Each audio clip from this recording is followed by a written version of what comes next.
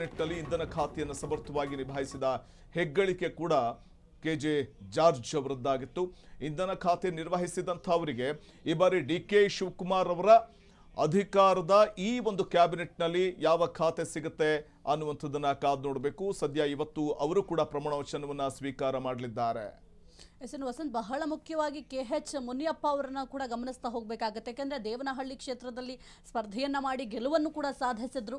ಕೋಲಾರ ಜಿಲ್ಲೆಯ ರಾಜಕೀಯ ಧ್ರುವತಾರೆಯಾಗಿರುವಂತಹ KH ಮುನಿಯಪ್ಪ ಹಳೆ ಮೈಸೂರು ಭಾಗದ ಮತ್ತು ದಲಿತ ಸಮುದಾಯದ ಅತ್ಯಂತ ಪ್ರಭಾವಿ ನಾಯಕ ಯಾರು ಅಂತಂದ್ರೆ KH ಮುನಿಯಪ್ಪ ಅವರ ಹೆಸರನ್ನು ಹೇಳಬೇಕಾಗುತ್ತೆ.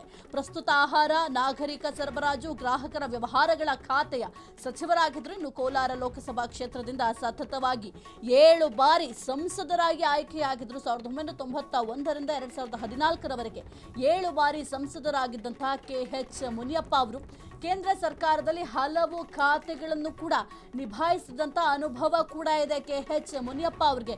ರೈಲ್ವೆ ಇಲಾಖೆ, ರಸ್ತೆ ಸಾರಿಗೆ, ಹೆದ್ದಾರಿ, ಸಣ್ಣ ಮತ್ತು ಮಧ್ಯಮ ಕೈಗಾರಿಕೆ ಖಾತೆಯನ್ನು ಕೂಡ ಸಮರ್ಥವಾಗಿ ನಿಭಾಯಿಸಿದ್ದಾರೆ. 2019ರ ಲೋಕಸಭಾ ಚುನಾವಣೆಯಲ್ಲಿ ಮೊದಲ ಬಾರಿಗೆ ಸೋಲನ್ನು ಎದುರಿಸಬೇಕಾಯಿತು KH ಮುನಿಯಪ್ಪ ಅವರು.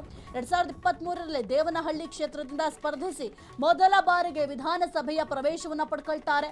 ದಲಿತ ಸಮುದಾಯದ ಅತ್ಯಂತ ಹಿರಿಯ ಮತ್ತು ಶಕ್ತಿಶಾಲಿ ನಾಯಕ ಯಾರು ಅಂತ ಅಂದ್ರೆ KH ಮುನಿಯಪ್ಪ ಅವರ ಹೆಸರನ್ನ ಹೇಳುವಷ್ಟು ಪ್ರಖ್ಯಾತಿಯನ್ನ ಕೂಡ ಗಳಿಸಿದ್ದಾರೆ. ಕೋಲಾರ ಜಿಲ್ಲೆಯ ರಾಜಕೀಯ ಧ್ರುವತಾರೆ ಅಂತಲೇ KH ಮುನಿಯಪ್ಪ ಅವರನ್ನ ಕರೆಯಲಾಗುತ್ತೆ. ಇನ್ನು ಬ್ಯಾಟರಾಯನಪುರ ಕ್ಷೇತ್ರ